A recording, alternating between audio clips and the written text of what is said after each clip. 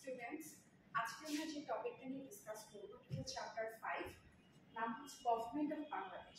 Basically এখানে হচ্ছে Bangladesh constitution plus হচ্ছে বাংলাদেশের কনস্টিটিউশন, এটা নিয়ে আমরা বেসিক্যালি পুরো চ্যাপ্টারটাকে কভার করব, ঠিক আছে? আচ্ছা, সো আমরা এখানে যে টপিকগুলো বেসিক্যালি আমরা কভার করব একটু যদি ইলাবোরেট করে বলি, কি কি আছে? Constitution, the constitution of Bangladesh, features of constitution, then হচ্ছে present amended constitution of Bangladesh, fundamental principles, then president, then prime minister এবং তাদের যে ডিভিশনগুলো সেগুলো নিয়ে আমরা ফার্দার ডিসকাস করব, ঠিক আছে? আচ্ছা, so what is constitution, right? So first of all আমরা এখানে একজন বিখ্যাত ফিলোসফার অ্যারিস্টটলের নাম বলা আছে, তাই না? মোটামুটি আমরা সবাই তার সম্পর্কে জানি, হ্যাঁ, সে একজন ফেমাস ফিলোসফার। ওকে, সো উনি যেটা করেছে, উনি হচ্ছে কি অ্যানালাইজ করেছে? 150 গ্রিক কনস্টিটিউশন, 150টা গ্রিক কনস্টিটিউশনকে সে অ্যানালাইজ করে একটা কনক্লুশনে এসেছে যে what is constitution according to him. তিনি কি বলেছেন? যে creating a frame upon which the government and laws of a society are built. That means আমরা যদি চিন্তা করি, একটা ফ্রেম চিন্তা করি, সেই ফ্রেমের উপর আমরা কি করতে পারি? একটা ফ্রেম হচ্ছে কাইন্ড অফ একটা ফাউন্ডেশন টাইপ, রাইট? যেটার উপর আমরা কোনো কিছু যদি সাপোজ, সেটা হতে পারে একটা বিল্ডিং হতে পারে, সেটা হতে পারে আমাদের কোনো নকশা বা যাই কিছু হোক না কেন, আমরা কি সবার আগে একটা ফ্রেম ক্রিয়েট করি। সো আমার একটা গভর্নমেন্টের জন্য এবং সেই গভর্নমেন্টের আন্ডারে একটা সোসাইটি কিভাবে তার কার্যক্রম পরিচালনা করবে, সবকিছুর ফাউন্ডেশনটা কি? ফাউন্ডেশন অর ফ্রেম যদি বলি সেটা কি? সেটা হচ্ছে কনস্টিটিউশন, তাই না? এবং এই কনস্টিটিউশনে বেসিক্যালি সবকিছু ডিসক্রাইব করা আছে, কাইন্ড অফ যে এখানে কি বলছে দেখেন, a constitution may be defined as an organization or of offices in a state by which the method of their distribution is fixed. The sovereign authority is determined and the nature of the end to be pursued by the station and all its members is described. Basically এটা কি? এখানে হচ্ছে যার যে কাজ, যার যা পাওয়ার, যার যে যতটুকু, প্রত্যেকটা জিনিসকে ফিক্স করে দেওয়া আছে, হ্যাঁ, এটি হচ্ছে by which the method of their distribution is fixed. তার জন্য কতটুকু কাজ বরাদ্দ, সবকিছুকে ফিক্স করে দেওয়া আছে। তারপর কি বলছে? Laws as distinct from the frame of the constitution are the rules by which the magistrates should exercise their power and should watch and check transgressor. ঠিক আছে? বেসিক্যালি কনস্টিটিউশন কি? a distinct form of it, right?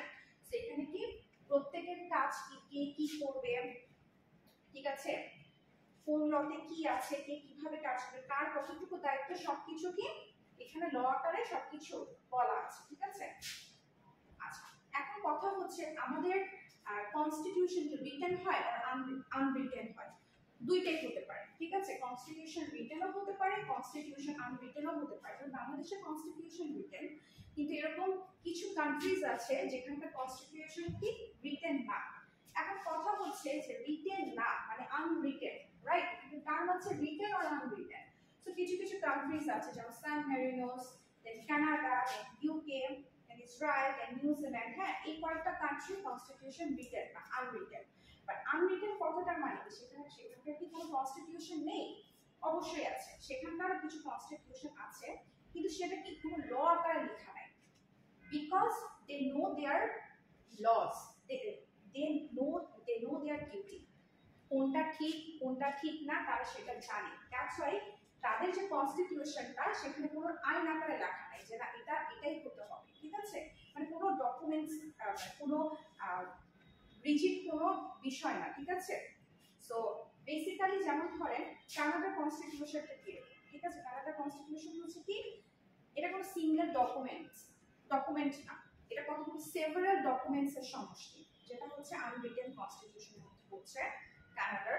যে এটা কিরকম, যে আপনার হচ্ছে কতগুলো ডকুমেন্টসের সমষ্টি, ঠিক আছে? যে সবগুলো ডকুমেন্টসকে অ্যাকুমুলেট করে সেটা একটা কনস্টিটিউশন তারা দাঁড় করায়। ঠিক একইভাবে নিউজিল্যান্ডের কনস্টিটিউশন যেটা হচ্ছে আনরিটেন, যেখানে কি several laws, court decisions, laws and traditions সবকিছুকে অ্যাকুমুলেট করে তারা তাদের মতো একটা কনস্টিটিউশনকে দাঁড় করে, ঠিক আছে। আবার ঠিক দেখেন ইউএস এর যে কনস্টিটিউশন, ঠিক আছে, ইউএস এর কনস্টিটিউশন কি written like our constitution, like Bangladesh constitution. এখন কথা হচ্ছে ওইখানে যদি কোনো কনস্টিটিউশনাল যে লস গুলো আছে সেটা যদি কোনো চেঞ্জ করা লাগে, সেই ক্ষেত্রে কি হয়, চেঞ্জ তো করা যাবে না, আপনি অ্যামেন্ড করতে পারেন, আপনি সংশোধন করতে পারেন, ঠিক আছে। সেই ক্ষেত্রে কি হবে, সেই ক্ষেত্রে কিন্তু সরাসরি সেটা করা যায় না, সেটা ফার্স্ট অফ অল কি কংগ্রেসের থ্রুতে পাস করাতে হয়, যেটা হচ্ছে ইউএসএফটা, ঠিক আছে। বাংলাদেশেরটা কি, ঠিক আছে, সেটা হচ্ছে কংগ্রেসের থ্রুতে পাস করাতে হয়। এখন এখন আসি আরেকটা কারণ যদি আমরা চিন্তা করি যে এখানে একটা কথা বলা আছে লিমিটেড গভর্নমেন্ট, হ্যাঁ, লিমিটেড গভর্নমেন্ট কেন বলা আছে, কি বলছে, in a truly constitutional form of government public officials are subject to constitutional rules and provisions and may not violate them without punishment। মানে এখানে বলা হচ্ছে যে পাবলিক অফিশিয়ালস তাদেরকে প্রত্যেকের কিছু রুলস এন্ড রেগুলেশনস আছে যে তারা এর বাইরে এই কাজগুলো করতে পারবে না, যদি সেটা করে থাকে মানে সেই রুলসগুলোকে যদি তারা লঙ্ঘন করে থাকে তাহলে কি হবে, তাদের পানিশমেন্ট হবে, ঠিক আছে। এর জন্য বলা হচ্ছে such constitutional governments are also called limited government because the constitution restricts the scope of their power over the people, ঠিক আছে।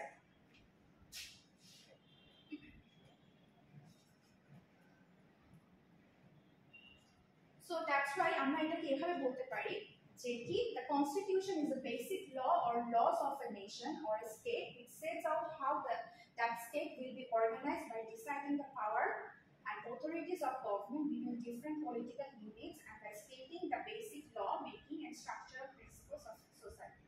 Basically এটা কি অর্গানাইজ করে, একটা স্টেটকে অর্গানাইজ করে যে সেখানকার গভর্নমেন্ট যারা আছে, সেই স্টেটের গভর্নমেন্ট যারা, তাদের পাওয়ার কি হবে, তাদের অথরিটিস কি হবে, সেটাকে সুন্দর করে অর্গানাইজ করে দেওয়া থাকে। জেনারেল পিপল যারা, ঠিক আছে, তাদের ফান্ডামেন্টাল রাইটস কি হবে, তাদের প্রত্যেকটা সেক্টরের সব ধরনের রাইটস, সব ধরনের ল সেখানে কি আপনার সুন্দর করে অর্গানাইজ করে দেয়া আছে, ঠিক আছে। It is primary contract or law by which the government of a nation or state is set out and organized, ঠিক আছে। ওকে, বা আপনি এটাকে এভাবে বলতে পারেন যে therefore constitution is the fundamental law of the state containing the principles upon which the government is founded and regulating the divisions of the sovereign powers directing to what person, এটা আপনি লিখতে পারেন, হ্যাঁ।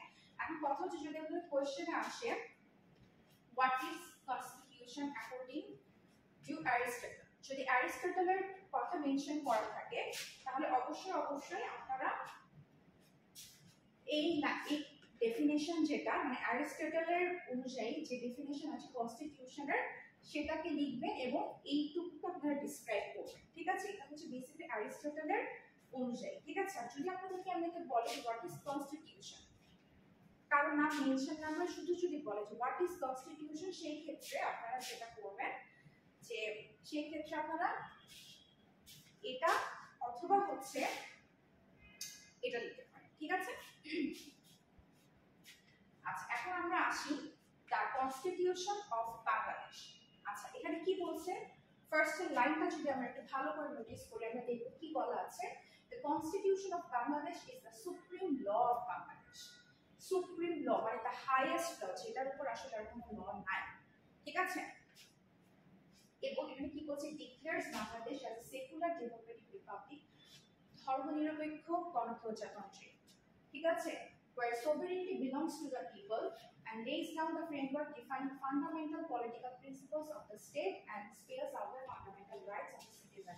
যেখানে সবকিছু, সব প্রিন্সিপালস, সব ধরনের রাইটস কার কি, মানে কোথাকার কি, কোন সেক্টরের কি প্রিন্সিপালস আছে, রুলস এন্ড রেগুলেশনস বেসিক্যালি যেটা, এবং কার কি রাইটস আছে সেটা এই কনস্টিটিউশনে লেখা আছে, ঠিক আছে।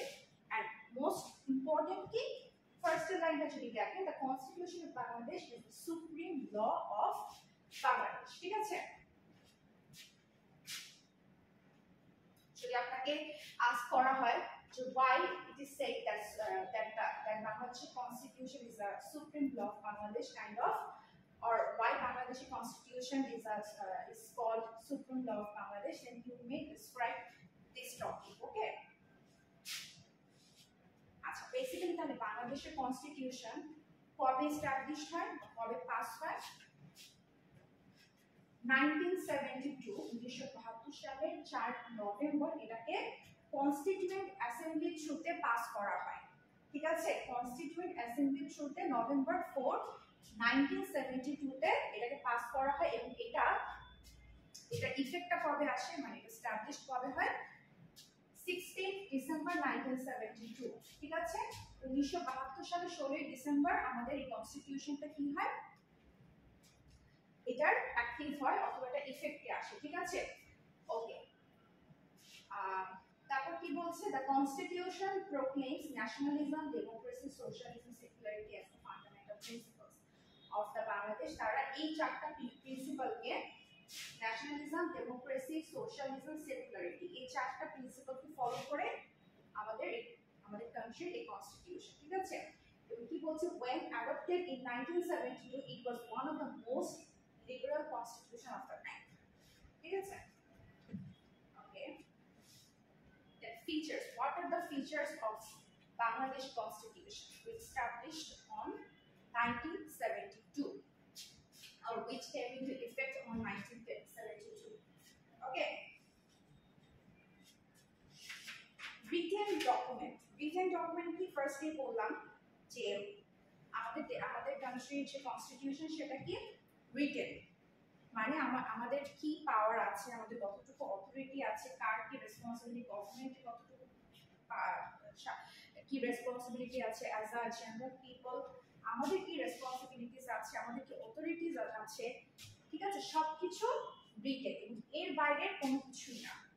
এর বাইরে মানে এই রুলসগুলোর বাইরে যদি কোনো কিছু চায় তাহলে কি হবে, সেটার বেসিসে অ্যাকশন নাও হবে। ঠিক আছে, সো কি বলছে যে the constitution of the people's republic of bangladesh is written document and it was formally adopted by the constitution assembly on a specific day 4th November 1972 এবং এটার কিছু ইম্পর্টেন্ট ফ্যাক্টস আছে এই আমাদের রিটেন কনস্টিটিউশনে। কি কি এখানে কয়টা আর্টিকেল আছে? 153 আর্টিকেলস। ঠিক আছে, 153 আর্টিকেলস আছে। ঠিক আছে, এটা একটা পয়েন্ট। হ্যাঁ, তারপর কি আছে? one preamble. What is preamble? Preambleটা বেসিক্যালি হচ্ছে আপনার সাপোজ বাংলাদেশ, এটা 3 থেকে 4টার মধ্যে প্যারা আছে ছোট ছোট, এবং ফার্স্ট প্যারা এরকম আছে যে বাংলাদেশ কবে স্বাধীন হয়েছে। ঠিক আছে, তারপরে হচ্ছে বাংলাদেশের বেসিক্যালি এইম কি, মানে এটার মোটো কি, হ্যাঁ, একটা মিশন অর ভিশন কি, এটা কিসের উপর বেস করে, মানে কি কি চাচ্ছে। ঠিক আছে, বাংলাদেশের পার্সপেক্টিভে আমরা কি চাই, মিশন অর ভিশন বেসিক্যালি এগুলো সম্পর্কে এই প্রিএমবেলে হচ্ছে ডিসক্রাইব করা আছে। ঠিক আছে, এবং 4টা স্কেডিউল আছে, 4 স্কেডিউলস, 4টা স্কেডিউল আছে। আগে 7টা ছিল, তারপর 6টা এসেছে, তার থেকে এখন আছে হচ্ছে 4টা। ঠিক আছে, 4টা স্কেডিউলস আছে। So these are the basic points of written constitution. You must have to write on your script if it came into your if it came in your exam. Okay, so written constitution which যেটা বললাম এটা হচ্ছে লিখিত constitution এবং এটা কি it's not changeable, it's rigid, মানে fixed. আপনি এটাকে চেঞ্জ করতে পারবেন না। হ্যাঁ, আপনি এটাকে সংশোধন করতে পারেন, টাইম টু টাইম তো অনেক কিছুই চেঞ্জ হয়, তাই না? তো আপনি এটাকে চেঞ্জ করতে পারবেন না, but you may amend this constitution. Okay, এবং এই অ্যামেন্ডমেন্টটাও কিভাবে হয়? অ্যামেন্ডমেন্ট মানে হচ্ছে সংশোধন করা। ঠিক আছে, এই অ্যামেন্ডমেন্টটাও কিভাবে হয়? পার্লামেন্টে যারা আছে, যতজন সদস্য আছে পার্লামেন্টে, সেই সদস্যদের 3 ভাগের 2 ভাগ, 3 ভাগের 2 ভাগ যদি আপনার সাপোজ কোনো একটা চেঞ্জকে, মানে কোনো একটা সংশোধনকে যদি তারা সাপোর্ট করে, অবশ্যই 2/3 হতে হবে। ঠিক আছে, পার্লামেন্টের 2/3 তারা যদি কোনো সংশোধনকে সাপোর্ট করে যে হ্যাঁ এটা সংশোধন হওয়া উচিত, তাহলে সেটা হবে। যদি সেটার থেকে যদি কম হয়, তাহলে কিন্তু সেটা হবে না। মানে এমন যদি হয় যে ধরেন হচ্ছে আপনার 50% হচ্ছে যে সংশোধনের পক্ষে, 50% সংশোধন সেটা বাস্তবায়ন হবে না, ঠিক আছে।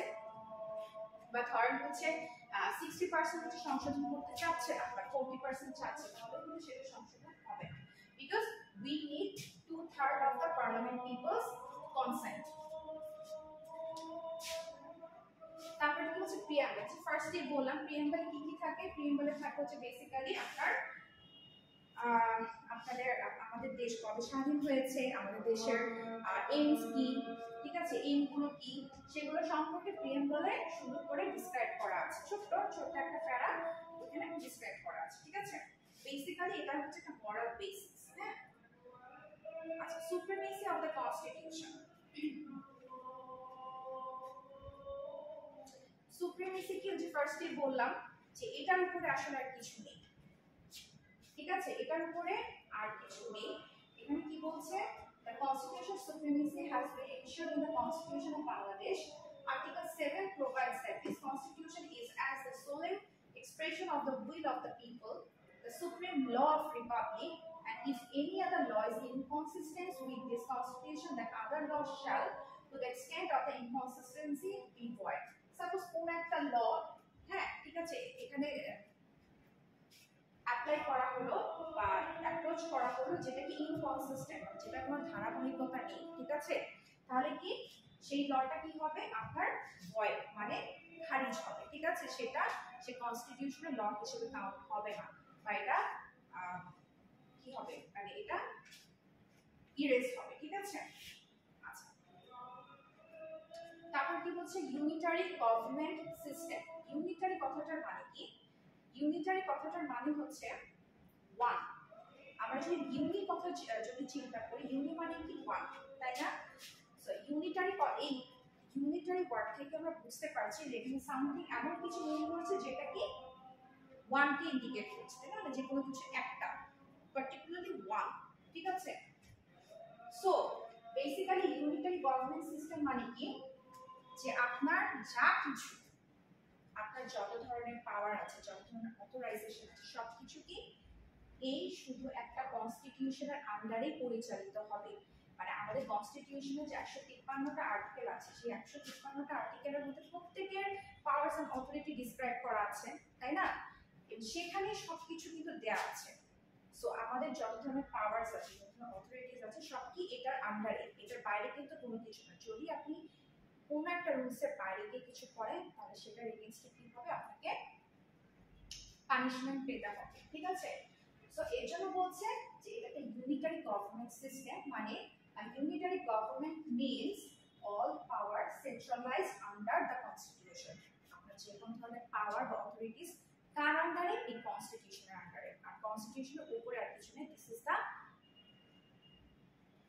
basic rules. These are the rigid rules that cannot be changed. Okay. Unicameral legislature. Unicameral legislature কি বলছে, যে Article 65 of the Constitution provides unicameral legislature of Bangladesh. Okay. It is only one house which is known as the House of the Nation. One house কেন বলা হচ্ছে,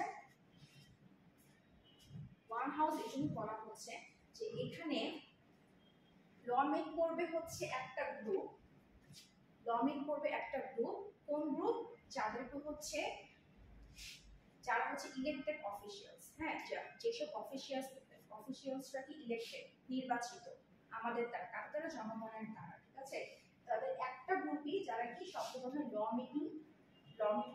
making এ participate করবে, ঠিক আছে। That's why বলা হচ্ছে যে a law making body made up of one group of elected officials, ঠিক আছে, মানে আমরা যেসব অফিশিয়ালস এর ইলেক্টেড করে থাকি তারা কি বেসিক্যালি একটা গ্রুপ হিসেবে এখানে একটা গ্রুপ হিসেবে থাকে এবং তারা কি করে, ল মেক করে, ঠিক আছে। এর জন্য এটাকে বলা হয় কি house of the nation. House of the nation কেন বলা হয়, বিকজ এখানে যারা হচ্ছে যেসব অফিশিয়ালসরা আমরা জনগণরা ইলেক্ট করে থাকি, তারা কি একটা গ্রুপ হিসেবে কাজ করে, একটা গ্রুপ হিসেবে কাজ করে, এবং তারাই যত ধরনের লজ আছে সেগুলোকে কি করে, তাদের দ্বারাই হচ্ছে মেক করা হয়। দ্যাটস হোয়াই এটাকে বলা হয় হচ্ছে হাউস অফ দ্য নেশন। এবং এই টোটাল স্কিমটাকে বলা হয় কি ইউনিক্যামেরাল লেজিসলেচার। আপনার যদি আসে ইউনিক্যামেরাল লেজিসলেচারকে আপনি এই টোটালটাকে এক্সপ্লেইন করবেন। যদি আপনাকে বলা হয় why unicameral legislature is known as house of the nation, আপনি ঠিক এই কথাগুলোকে ডিসক্রাইব করবেন।